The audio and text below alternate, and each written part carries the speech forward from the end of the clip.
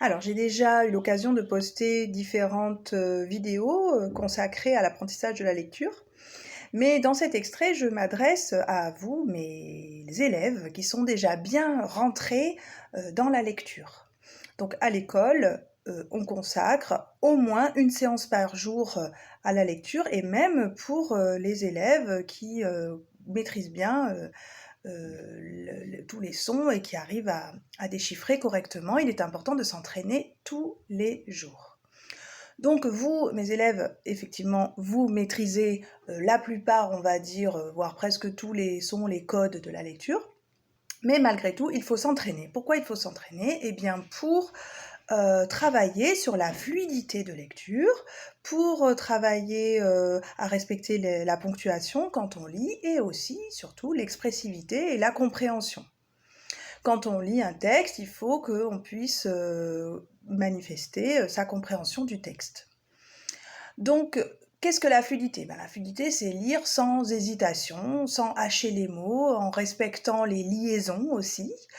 Donc, je vous donne un exemple ici avec cette phrase. Non, c'est pas celle-ci. Voilà. Donc, si je lis de manière hachée, sans respecter les liaisons, ça fera un homme monte dans un autobus. Donc, c'est déchiffré correctement, mais la fluidité n'est pas respectée. On va marquer la liaison ici. Un homme monte dans un autobus. Voilà, la lecture doit être fluide et on doit baisser le ton à la fin de la phrase quand il y a un point. Justement, la ponctuation, c'est très important aussi. La ponctuation fait partie de ce que l'on lit dans un texte. Ce sont des codes de lecture. Donc, il faut marquer la ponctuation. Donc ça, on s'entraîne souvent à le faire à l'école. C'est pas toujours facile. Je vous donnerai quelques petits conseils pour travailler ceci. Je vous donne un exemple là déjà avec la phrase. Donc, si je ne respecte pas la ponctuation, je dirais « En montant dans le bus, l'homme trébucha sur la marche ». Je lis à l'envers, c'est pas facile. Donc, alors que je dois lire « En montant dans le bus, l'homme trébucha sur la marche ». Je marque ici la virgule en m'arrêtant pour respirer et je baisse la voix à la fin pour marquer le point. Et enfin, la lecture doit être expressive pour être comprise. Pour lire de façon expressive, eh bien, on s'appuie bien sûr sur la ponctuation, mais aussi et surtout sur le sens. Je dois montrer, quand je lis, que je comprends ce que je lis. Donc, en bref, il faut comprendre ce que l'on lit. Donc, je m'appuie, je vous donnerai les conseils après pour ça avec un exemple bien précis. Donc, voici l'exemple. Nous avons cette phrase et il y a la présence de signes de ponctuation qui vont nous aider à repérer le sens et à mettre le ton de la phrase, mais aussi il faut comprendre ce que signifie la phrase. Regarde, il y a un arc-en-ciel. Le vois-tu? Voilà, si je lis « Regarde, il y a un arc-en-ciel, le vois-tu ?» on ne comprend pas le sens de la phrase.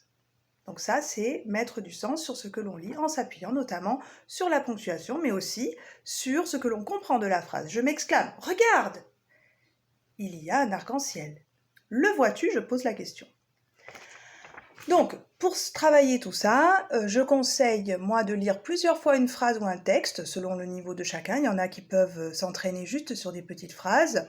Il y en a qui peuvent lire des textes un petit peu plus longs, avec un petit peu plus de contenu. J'ai donné des manuels à chacun adaptés à leur niveau de lecture pour pouvoir s'entraîner, mais on peut aussi s'entraîner sur des textes, des petits albums, des livres qu'on a à la maison. Donc, on s'entraîne, on lit plusieurs fois jusqu'à ce qu'on obtienne une lecture fluide et expressive.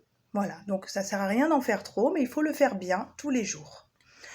Donc, ce que je remarque moi en classe, c'est que les liaisons et la ponctuation sont souvent difficiles à repérer, parce qu'il faut tout faire en même temps. Donc, ce que je conseille, moi, comme on fait en classe, c'est de préparer la lecture d'abord, en commençant par repérer toutes ces difficultés. Par exemple, dans cette petite phrase, eh bien, on va repérer ici un homme. On peut même tracer au crayon de papier là, ici la liaison. Et on peut également, donc là pareil ici, on trace les liaisons, et pareil on peut repérer les signes de ponctuation qui vont nous aider à les marquer. Donc ça, nous, on le fait souvent en classe. Donc vous savez, les élèves, comment on peut faire ce travail de préparation pour lire à la maison. Alors, autre point important, pour être un bon lecteur, il faut s'entraîner tous les jours, comme je dis, mais surtout il faut entraîner son cerveau à produire, donc à lire, mais aussi à recevoir des messages. Lire ne suffit pas.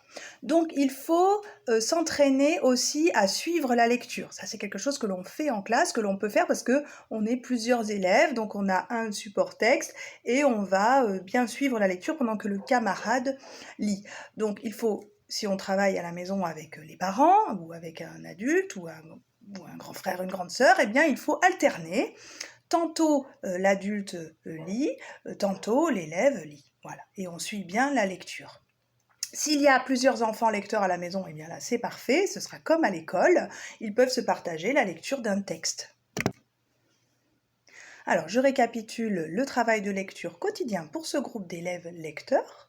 Donc on travaille la lecture tous les jours. Donc la lecture à voix haute, avec les conseils que nous venons de voir, il faut appliquer bien ces conseils, mais aussi ça ne suffit pas, la lecture individuelle, un petit peu comme quand on fait silence, on lit à l'école. Il faut s'entraîner aussi à lire, c'est une très bonne activité, et bien que la lecture puisse être fatigante, épuisante, hein, on le sait, la lecture à voix haute, ça peut être fatigant, au contraire, la lecture individuelle, ça peut durer des heures et des heures et des heures. Il n'y a absolument pas de limite à cela. Vous pouvez lire votre roman pendant plusieurs longues minutes ou même heures d'affilée. C'est un exercice qui ne va pas du tout être fatigant. Au contraire, c'est reposant. La lecture orale, par contre, ben voilà, il faut savoir s'arrêter quand on a les premiers signes de fatigue. On n'a pas tous la même endurance dans la lecture, donc il faut bien en tenir compte pour ne pas se dégoûter non plus. La lecture orale, c'est un exercice qui est fatigant. Voilà, donc je vous souhaite bonne lecture et je reste bien sûr à votre disposition si vous avez besoin d'aide ou de conseils.